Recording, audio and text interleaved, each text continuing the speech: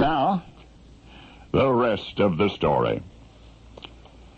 By an act of Congress, each and every coin minted in the United States must bear this motto: "In God we trust." Old-fashioned?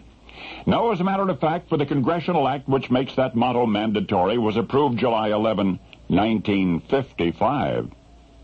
34 years ago today. What's old-fashioned is what "In God we trust" replaced. But then if you recalled our former motto, you would know the rest of the story. Today, "In God we trust" is celebrating the 34th anniversary as the mandatory motto on all U.S. coins, but it took 94 years for that to happen.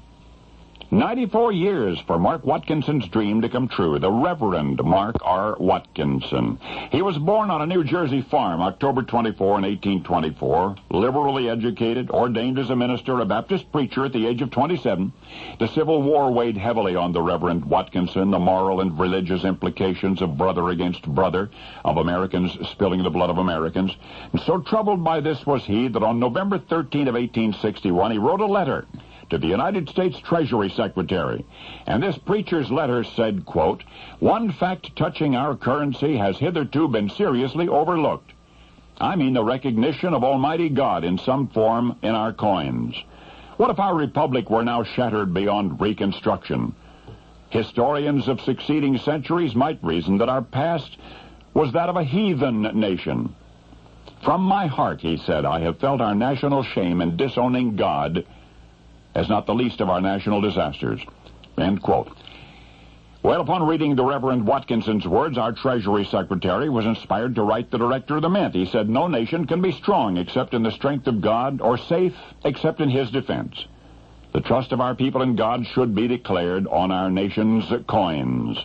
He said, "You will cause a device to be prepared without unnecessary delay with a motto expressing in the fewest and tersest words possible this national recognition." It took more than 2 years for the Director of the Mint to act on the request. But in December of 1863, he and the Treasury Secretary put their heads together and came up with a motto which you know: "In God we trust." Congress approved it almost immediately for the 1-cent and 2-cent pieces, a year later for gold and silver coins. Within 8 years more, the inscription "In God we trust" was left entirely to the discretion of the Treasury Secretary. Now remember, the motto was not yet mandatory.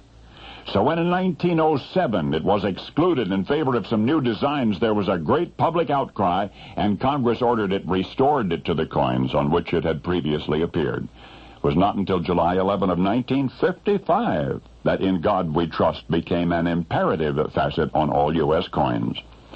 Now, the next time you pick up a penny, you read the 4-word halo over Lincoln's head, I hope you'll remember where it all began, with a solitary letter of protest written by a Baptist preacher 128 years ago. Those obsolete words, which were replaced by "In God we trust," are remarkably relevant to contemporary sentiment. You see, those words would be with us still had the Reverend Watkinson not expressed his concern for future generations.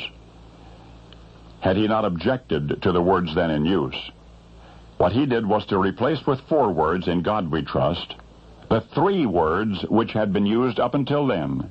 The 3 words we used to use were, "Mind your business." And now you know the rest of the story.